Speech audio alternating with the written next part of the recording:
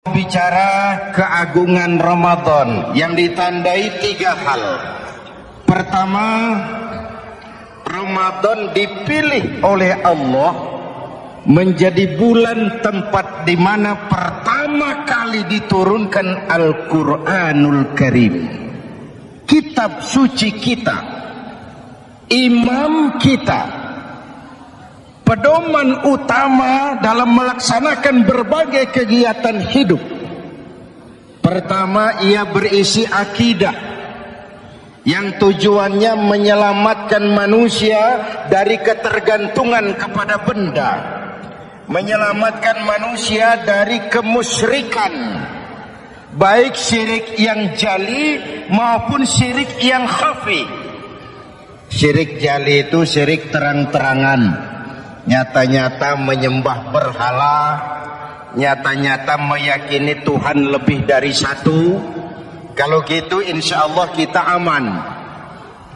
Tapi ada syirik khafi, syirik yang tersembunyi, menjadikan yang selain Allah sebagai tujuan akhir dari seluruh kegiatan hidup.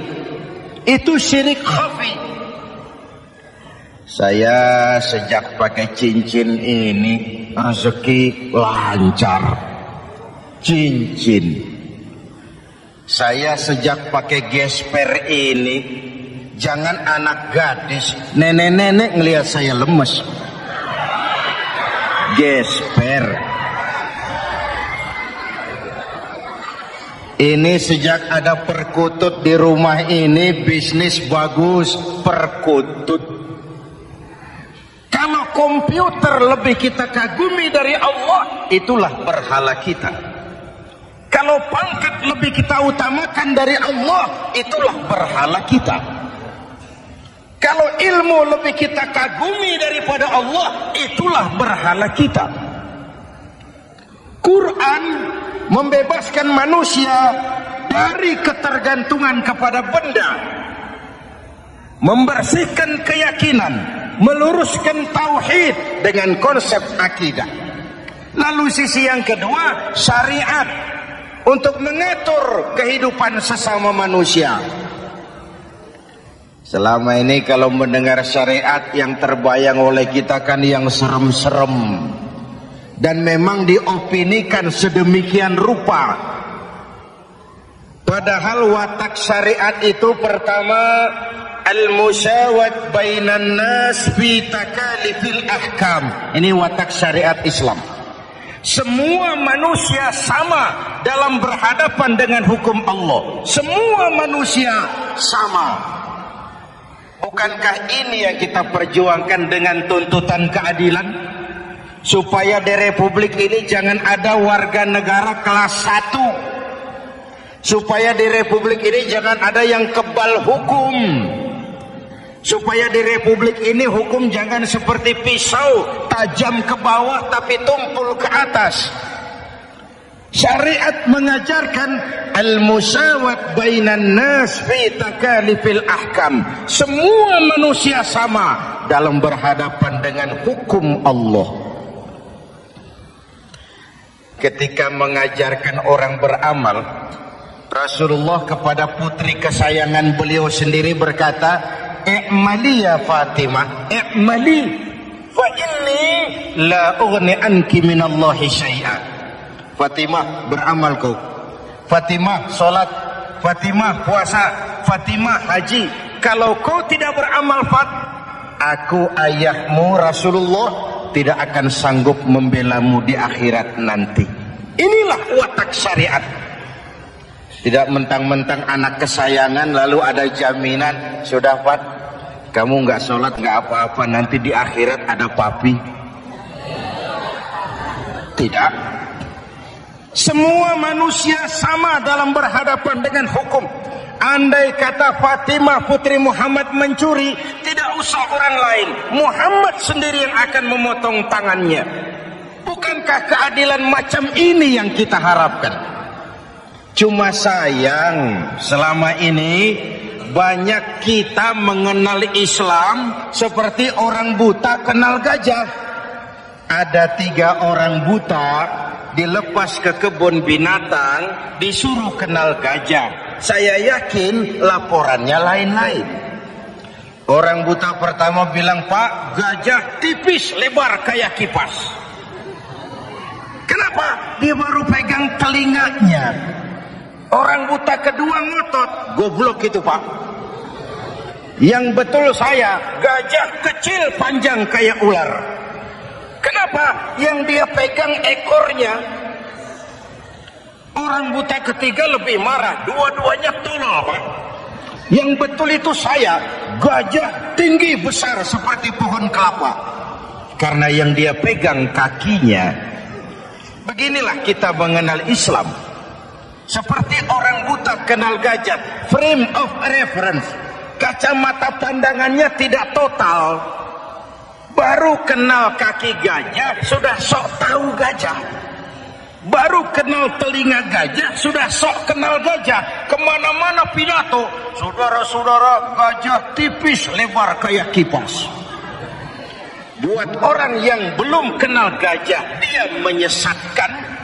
Buat orang yang sudah tahu gajah, senyum di kolom. Oh, kau baru kenal kupingnya kok. Begitulah kadang-kadang kita baca Quran, ayatnya yang keras. Kesannya Islam itu sangar, Islam itu sadis, Islam itu perang. Di sisi lain ada yang adem, sejuk, lalu lahir generasi feminim. Buat saya yang terpenting semua kita perlu. Rasul mengajarkan, la takun radban fatuksara wa la yabisan fatuksara. Jangan lemah nanti kau diinjak orang, tapi jangan keras nanti kau dipatahkan orang. Hadirin yang saya hormati. Lalu syariat juga punya tadrij fit tasyri', tahapan dalam melaksanakan syariat. Oleh karena itu, Ramadan yang keagungannya ditandai dengan turunnya Al-Quran harus jadi momentum kembalinya kita kepada Al-Quran. Quran itu imam, kita ini makmum. Saya mau tanya, imam ikut makmum apa makmum ikut imam? Makmum ikut imam apa imam ikut makmum? Makmum ikut imam. Kalau Quran imam dan kita makmum, kita ikut Quran. Jangan Quran diminta ikut kita. Imam ruku, kita ruku. Imam sujud, kita sujud. Imam i'tidal, kita i'tidal. Ke barat kata Quran, ke barat kita berangkat. Ke timur kata Quran, ke timur kita menuju. Halal kata Quran, ambil. Haram menurut Quran, tinggalkan. Kalau dia imam dan kita adalah makmum, mari berimam kepada Al-Quranul Karim. Yang kedua, keagungan Ramadan ditandai dengan perintah melaksanakan ibadah puasa. Para ulama menyebut puasa itu ibadah sirriyah, ibadah rahasia, ibadah abstrak. Tidak ada unsur sugesti. Kalau kita sholat, orang lihat. Kita sedekah, orang tahu. Kita pergi haji, satu kampung nganter. Kita puasa, cuma kita dan Allah. Pura-pura sholat, ketahuan. Pura-pura sedekah, nggak bisa dong apa yang disedekahin. Pura-pura haji, kemana perginya? Tapi pura-pura puasa, gampang. Keluar rumah, bibir lap yang kering, jalan lemesin dikit, ada angin miring, lemes amat puasa. Sirriyah, abstrak. Ibadah lain bisa dinilai. Wah, itu teman kita sodakohnya berani ya. Kok tahu kamu? Kelihatan dari jumlahnya. Itu sholatnya khusyuk ya. Kok ngerti kamu? Kelihatan dari geraknya. Tetangga sebelah itu rasa-rasanya hajinya mabrur ya. Kok ngerti kamu? Kelihatan dari tingkah lakunya setelah pulang haji. Kalau yang sebelah lagi itu haji tomat. Di Mekah tobat sampai kampung kumat. Ibadah lain kelihatan bisa dinilai, tapi puasa tidak bisa dinilai. Belum pernah saya dengar orang bilang, teman kita puasanya mantap betul ya. Kok tahu kamu? Meludah terus. Nggak ada hubungannya. Oleh karena puasa ibadah sirri, ibadah abstrak, maka yang terbentuk dari ibadah ini pertama keikhlasan. Ini sikap hidup yang paling penting. Orang lain mau puji atau tidak bukan soal. Orang lain mau dengar atau tidak bukan soal. Ini urusan saya dengan Allah. Dari ibadah sirri seperti ini terbentuk keikhlasan, dan itu penting.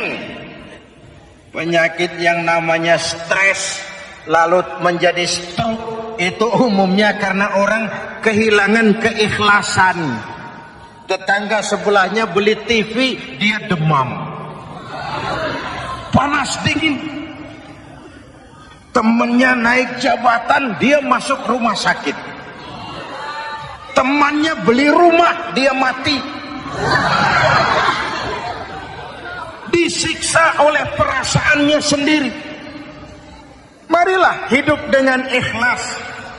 Beramal ikhlas.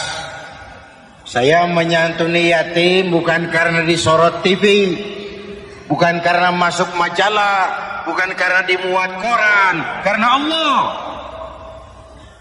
Berpakaian ikhlas. Saya berpakaian ini karena perintah Allah menutup aurat, bukan karena tuntutan Ramadan. Kalau cuma tuntutan Ramadan, Ramadan saja bagus busana muslim. Selesai Ramadan kembali pusar merajalela. Menerima jabatan ikhlas, ini amanah dari Allah. Jabatan adalah alat untuk mengabdi, bukan cuma alat yang melahirkan kekuasaan dan fasilitas.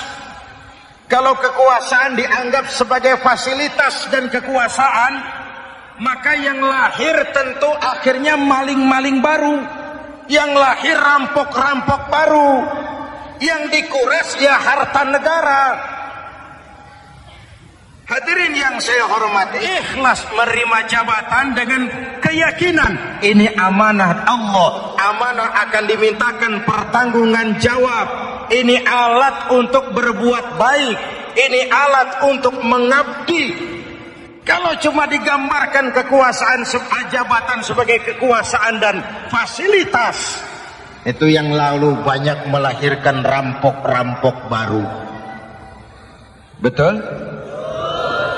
Iya, kalau jabatan kan gajiannya jelas.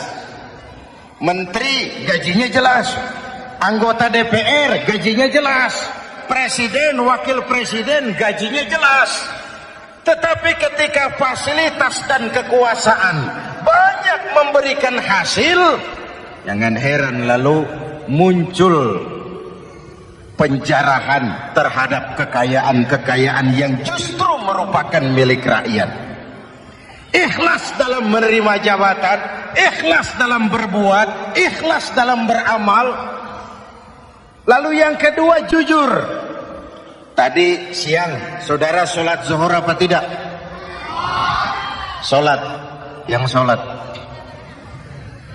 Yang enggak, ya enggak. Sebelum sholat zuhur kan saudara berwudu. Waktu berwudu kan saudara berkemur, memasukkan air ke mulut. Umpama waktu berkemur saudara korupsi, dikit saja airnya saudara minum, jangankan hansip, jangankan satpam, jangankan polisi, teman sebelah pun tidak tahu kalau waktu berkemur kita korupsi. Kenapa kita tidak mau melakukan itu? Ada rasa malu kepada Allah. Alangkah positifnya kalau ini diterjemahkan dalam kehidupan. Sekarang kan kita berpikirnya Allah ditekan. Kamu korupsi ya? Iya. Tuhan kan tahu. Biarin, Tuhan mah tahu, nggak ribut. Nggak ribut kata katanya. Tapi kalau orang, 3 orang saja tahu, geger kantor. Bayangin, Tuhan aja ditekan, Tuhan diintimidasi, apalagi orang lain.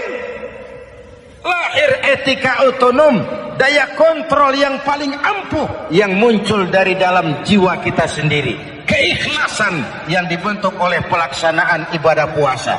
Kejujuran yang dibentuk oleh pelaksanaan ibadah puasa. Lalu kesabaran. Kata Nabi, as-siyamu junnatun. Puasa itu benteng, dinding. Fa idza kana yaumus siyami ahadikum, kalau salah seorang kamu tengah berpuasa, fala yarfus, jangan berkata kotor, wala yafsuk, jangan berkata keji, wa in sabahu ahadun aw qatalahu falyaqul inni shaim, inni shaim. Kalau ada orang mencaci maki dia, bahkan mengajak dia berkelahi, yang menurut ukuran dia mesti menang, tapi karena puasa, maaf, saya bukan gak berani sama kamu, saya sedang puasa. Kalau mau berkelahi juga ntar aja habis buka, segeran dikit berantemnya. Ini shaim, maaf, saya sedang berpuasa. Itu merupakan benteng. Orang itu kan kalau lagi puasa, kondisi lapar, haus, temperamen kan tinggi. Sedikit tersinggung temperatur naik, sama marah gampang. Kalau waktu begitu dia bisa sabar, ketika kenyang sudah nggak ada masalah. Sabar baik dalam taat kepada Allah, sabar dalam melaksanakan perintahnya, sabar dalam meninggalkan larangannya, dan sabar di dalam menghadapi musibah, kesulitan-kesulitan dalam kehidupan kita. Hadirin, kalau ibadah puasa kita baik, kita yang malam ini pasti bukan kita 20 hari yang lalu. Kita yang malam ini, kita yang sudah ditempa oleh penggojologan Ramadan, ditempa oleh kawah candra di mukanya Ramadan, sehingga membias dalam pembentukan pribadi. Setiap ibadah yang dikerjakan dengan benar pasti punya dampak positif dalam meluruskan moral orang yang melaksanakan ibadah itu sendiri. Jangan sampai terjebak kepada rutinitas ritual. Akhirnya seperti yang sering saya ungkapkan, sholat rajin, maksiat tekun. Baca Quran mau, fitnah orang hobi. Sedekah ya sedekah, tapi nyolongnya lebih gede dari sedekahnya. Sedekahnya cuma untuk ngumpetin korupsinya. Akhirnya jadi lipstik, akhirnya jadi dekorasi. Setiap ibadah yang dikerjakan dengan benar punya dampak positif dalam meluruskan moral dan memperbaiki akhlak orang yang melaksanakan ibadah itu sendiri. Begitulah Ramadan, ada pelaksanaan ibadah puasa. Dan untuk puasa Nabi bersabda, lis-shaimi farhatan, farhatun indal iftar wa farhatun inda liqa'i rabbih. Buat orang yang berpuasa ada 2 kegembiraan yang tidak dimiliki oleh yang tidak melaksanakan puasa. 2 kegembiraan. Pertama, farhatun indal iftar, kegembiraan menjelang saat-saat berbuka. Hati itu besar, rasa optimisme, padahal bukanya cuma sama tempe, sama tahu, sama ikan asin. Tapi entah makin dekat maghrib, hati makin berbunga.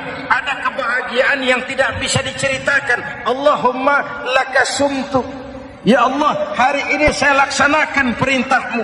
Saya lawan rasa nafsu, saya tempuh lapar, haus, saya tunaikan semua ini. Itu kegembiraan yang puasa. Yang kedua, wa farhatun inda liqa'i rabbih. Kegembiraan kedua nanti di akhirat pada saat bertemu dengan Allah Subhanahu wa taala. Masuk surga nikmat, bertemu Allah jauh lebih nikmat. Hadirin yang saya hormati, bahkan di surga ada sebuah pintu yang khusus disiapkan bagi orang-orang yang melaksanakan puasa. Tidak bisa masuk ke pintu itu kecuali orang yang puasa. Dan pintu itu disebut pintu Rayyan, Babur Rayyan, pintu Rayyan, yang hanya boleh dimasuki orang-orang yang melaksanakan ibadah puasa. Hadirin, lalu yang berikutnya ibadah puasa ganjarannya abstrak. Kalau ibadah lain kita bisa lihat itu. Sholat berjamaah pahalanya begini. Haji kalau mabrur pahalanya begitu. Sedekah pahalanya begini. Puasa Allah cuma bilang as-siyamu li wa ana ajzibi. Puasa untukku dan aku yang membalasnya. Berapa besar balasan Allah tidak diberitahu. Artinya apa? Kalau saudara kerja, mandor bilang, "Mas, kau kerja sama saya, gajimu sebulan 5 juta." Ketahuan sebulan 5 juta. Kita kan bisa kong kali kong. Ada mandor rajin, tidak ada mandor kendor. Pokoknya jatah 5 juta. Tapi kalau mandor cuma bilang, "Mas, kau kerja sama aku, soal gajimu nanti aku yang atur." Berapa besarnya nggak dikasih tahu. Aturan seperti ini harusnya membuat kita kerja lebih hati-hati. Sebab apa? Mungkin gaji kita sama saja 5 juta kalau kerja biasa-biasa. Mungkin jauh lebih besar kalau pekerjaan memuaskan. Mungkin tidak digaji sama sekali kalau pekerjaan sembarangan. Tidak dijelaskannya gambaran pahala puasa menjadi sugesti untuk melaksanakan ibadah puasa ini dengan sebaik-baiknya.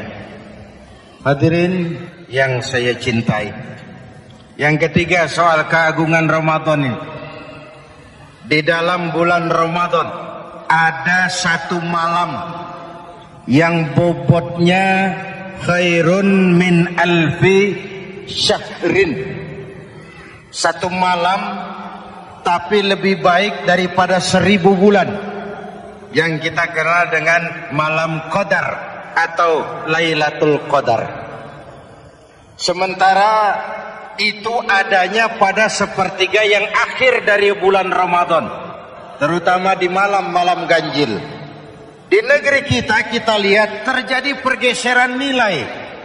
Awal-awal Ramadan, minggu pertama, pasar sepi, masjid ramai, full house, meledak. Betul? Padahal Rasul memberikan contoh, kalau sudah masuk sepertiga yang akhir Ramadan, beliau sing-singkan lengan baju, hamparkan sajadah, lebih banyak di masjid daripada di rumah. Itu baginda Rasul. Sing-singkan lengan baju, hamparkan sajadah, lebih banyak di masjid daripada di rumah. Hadirin yang saya hormati, di situ makna meraih kemenangan. Karena itu lebaran lain dengan Idul Fitri. Lebaran siapa saja boleh ikutan, tapi Idul Fitri milik orang yang melaksanakan ibadah Ramadan dengan baik. Nah, saya kembali kepada Lailatul Qadar. Semua kita, kecil atau besar, sengaja atau tidak, hilaf atau terpaksa, pasti punya yang namanya dosa. Di sini semua yang hadir nih, include saya, apa ada yang tidak punya dosa? Ayo, jujur. Apa ada di antara kita di sini yang nggak punya salah? Apa ada yang nggak punya dosa? Setiap kita, kecil, besar, sedikit, banyak, terlupa, terpaksa, pasti punya salah. Sekarang kalau mau hitung dagang, kita diberi umur 65, 40 tahun penuh dosa, lalu taubat 25 tahun. Menurut neraca hukum dagang belum seimbang. Dosa 40 tahun ditebus taubat 25 tahun. Menurut neraca hukum dagang.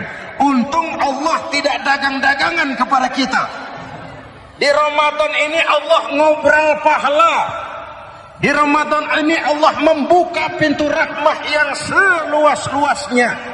Sampai-sampai ada hadis qudsi, "Lau amiltumul khataya hatta mala'atis sama, thumma nadimtum, fataballahu alaikum." Kalaupun kamu berbuat dosa, penuh langit dengan dosamu, kemudian kamu menyesal dan bertaubat, Allah pasti akan menerima taubatmu. Hadirin yang saya hormati, inilah momentum Ramadan, saat dimana kita melakukan pemutihan diri. Masih ingat cerita dalam kitab Durratun Nasihin? Saya ulang lagi cerita ini untuk sugesti. Ada bajingan tengik pernah membunuh 99 orang. Satu saat hidayah datang kepadanya, terniat ingin bertaubat.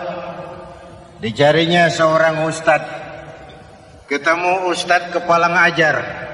Ustadz, ya, apa? Saya mau taubat. Diterima apa tidak taubat saya? Emangnya dosa kamu apa? Saya pernah membunuh 99 orang, Ustaz. Ustaznya melotot. Banyak amat. Enggak segampang itu nyawa hak prerogatif Allah. Cuma Allah yang berhak ambil. Membunuh tanpa alasan yang benar, dosa besar. Dosamu kelewat banyak, Mas. Enggak bisa. Dia vonis lebih dulu ke surga milik bapak moyangnya. Ini preman kita pikir ini ustadz saya niat baik-baik kok ngomong yang gak enak.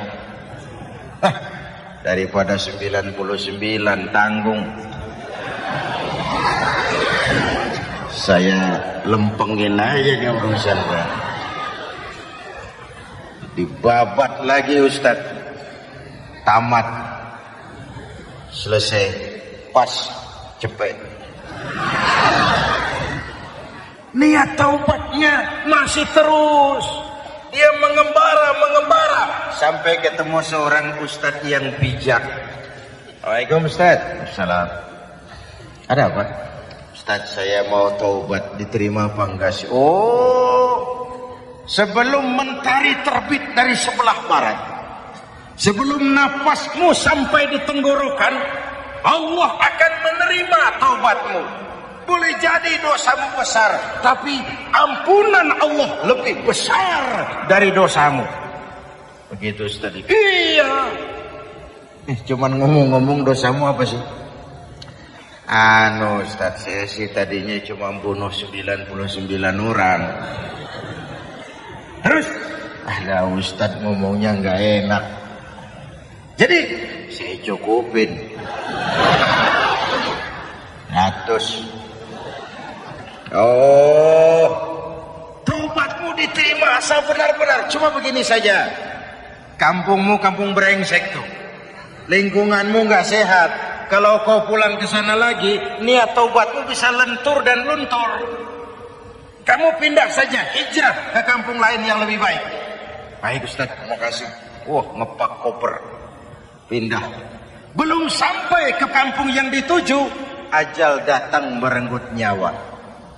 Ketika ruh keluar dari jasad, ini malaikat rahmah dengan malaikat azab rebutan.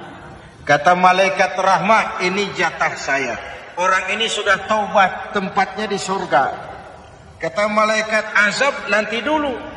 Taubat si taubat, 100 bagaimana urusannya? Bertengkar. Akhirnya Allah mengutus malaikat Jibril, kau adili.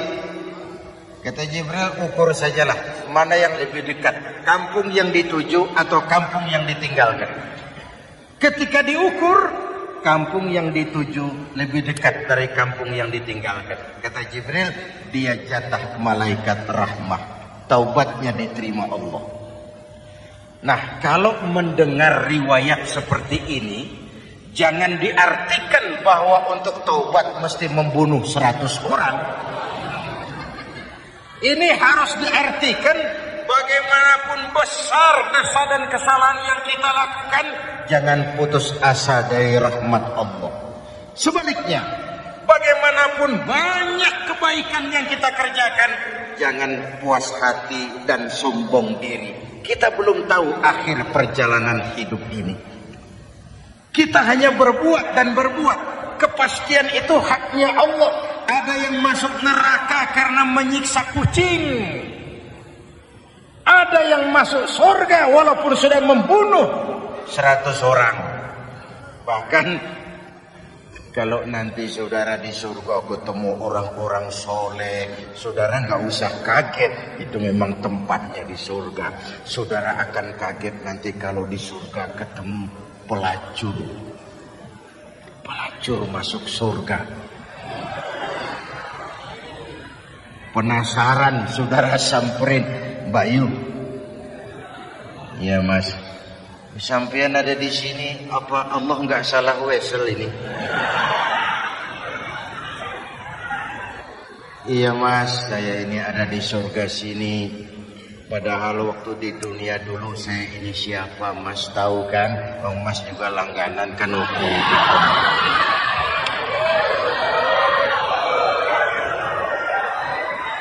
Tapi terus terang saja mas, waktu di dunia itu saya terpaksa betul. Sejak lahir saya sudah yatim piatu. Sejak kecil sudah yatim piatu. Ada tetangga saya muslim sedikit kaya, tapi pelitnya 17 setan. Akhirnya demi tuntutan perut saya merantau ke kota besar. Ada yang nolong, katanya kerjanya ringan, uangnya lumayan. Apa? Ya itu. Demi sesuap nasi saya lakoni. Satu malam saya lagi berangkat dagang, lewat masjid Baitul Ihsan. Ada ceramah, saya dengar dari jauh, ustadznya pidato, katanya Allah berpesan, "Lau amiltumul khataya hatta mala'atis sama, thumma nadimtum, fataballahu alaikum." Kalaupun kamu berbuat dosa, penuh langit dengan dosamu, lalu kau menyesal dan bertaubat, Allah pasti akan menerima taubatmu. Mendengar hadis itu mas, berlinang air mata saya. Terbayang dosa-dosa yang pernah saya lakukan. Terbayang orang-orang yang pernah menanamkan modal asing.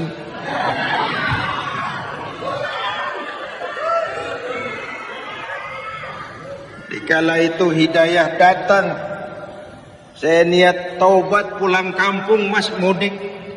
Lagi ngepak koper mau mudik, tamu datang, saya bilang mulai malam ini saya berhenti dagang. Taubat saya sebenar-benarnya, taubat saya diterima Allah. Walaupun mampir dulu, transit dulu di tempat lain, akhirnya saya sampai juga ke sini.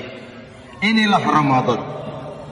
Orang baik bukan orang yang tidak pernah salah, karena tidak ada orang yang tidak pernah salah.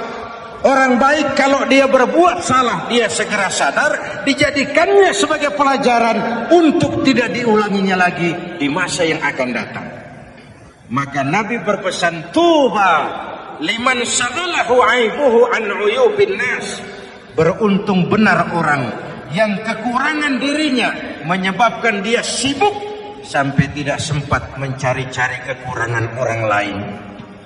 Tapi celaka benar orang yang terlalu sibuk mencari-cari kekurangan orang lain sampai lupa dengan kekurangan dirinya sendiri.